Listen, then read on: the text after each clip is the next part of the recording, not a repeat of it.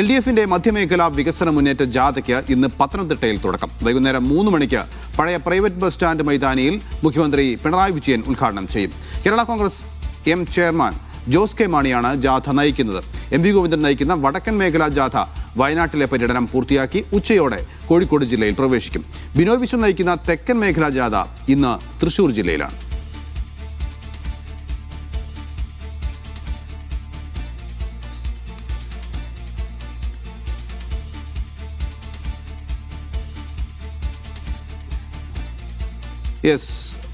ബിനോയ് വിശ്വത്തിന്റെ തെക്കൻ മേഖലാ ജാഥയുടെ വിശദാംശങ്ങളുമായി നടരാജ് പരശുറാം ചേരുന്നുണ്ട്. നടരാജ്, എന്താണ് ഈ ജാഥയുടെ വിശദാംശങ്ങൾ?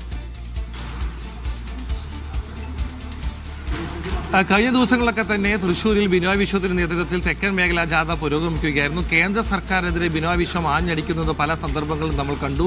ഇന്ത്യയുടെ നിലപാടുകൾ പലപ്പോഴും US പറയുന്ന സാഹചര്യത്തിലേക്ക് രാജ്യത്തിന്റെ കാര്യങ്ങൾ മാറി എന്ന് അദ്ദേഹം കഴിഞ്ഞ ദിവസം പോലും വിമർശിച്ചു. കഴിഞ്ഞ ദിവസം ഗുരുവായൂർ, വടക്കഞ്ചേരി തുടങ്ങിയ സ്ഥലങ്ങളിലാണ് ജാഥ നടന്നത്. ഇന്ന് പ്രധാനമായിട്ടും ജാഥ കടന്നുപോകുന്നത് തൃശ്ശൂർ ജില്ലയിലെ പുതുക്കാട്, ഇരിങ്ങാലക്കുട, കൊടുങ്ങല്ലൂർ, ചാലക്കുടി എന്നീ മേഖലകളിലാണ്. ഇന്ന് ചാലക്കുടിയിലാണ് ജാഥ അവസാനിക്കുക. അതിനുശേഷം ആലപ്പുഴ ജില്ലയിലേക്ക് ജാഥ പ്രവേശിക്കും. ഏറ്റവും പ്രധാനപ്പെട്ട കാര്യം, ജോസ് കെ മാണിയുടെ നേതൃത്വത്തിൽ ക്രിസ്തീയ വോട്ടുകൾ ലക്ഷ്യമിട്ടുകൊണ്ടുള്ള മറ്റൊരു ജാഥയ്ക്ക് കൂടി LDF തുടക്കമാക്കുന്നു എന്നുള്ളതാണ്. മധ്യമേഖലാ ജാഥ ഇന്ന് പത്തനംതിട്ടയിൽ തുടങ്ങുന്നുണ്ട്. ആറന്മുള, റാന്നി, കോന്നി മണ്ഡലത്തിൽ ജോസ് കെ മാണിയുടെ നേതൃത്വത്തിൽ ജാഥ ഇന്ന് നടക്കുന്നുണ്ട് എന്നുള്ളതാണ് ഏറ്റവും ശ്രദ്ധേയമായിട്ടുള്ള കാര്യം. നേരത്തെ ജോസ് കെ മാണി മുന്നണി വിടാനുള്ള ഒരു ശ്രമം വരെ നടത്തിയതൊക്കെ തന്നെ വാർത്തയായിരുന്നു. അതിനുശേഷം അദ്ദേഹം മുന്നണിയിൽ തുടരുമെന്നും പ്രഖ്യാപിച്ചു. അതിനുശേഷമാണ് ജാഥ ക്യാപ്റ്റൻ സ്ഥാനത്തേക്ക് നേരത്തെ നിശ്ചയിച്ച പോലെ ജോസ് കെ മാണി വരുന്ന ഒരു സാഹചര്യം ഉണ്ടായത്.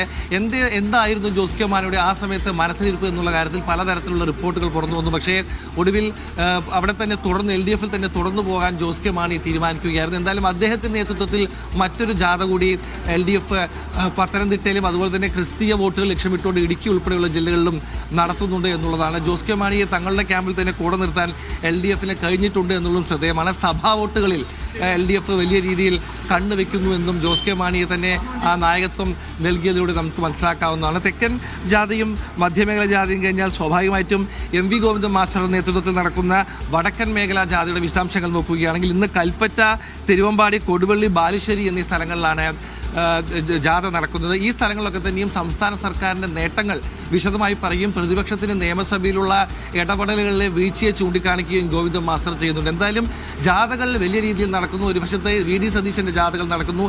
ഇത് ഏതാണ്ട് പൂർണ്ണമാകുന്നതിന് മുമ്പ് തന്നെ സ്ഥാനാർത്ഥി പട്ടികയിലേക്ക് കാര്യങ്ങൾ നീങ്ങും. അങ്ങനെയെങ്കിൽ വരും ദിവസങ്ങൾ തന്നെ കേരളത്തിൽ തെരഞ്ഞെടുപ്പ് കോലാഹലങ്ങൾക്ക് തുടക്കമാകുമെന്നും പറയേണ്ടി വരും.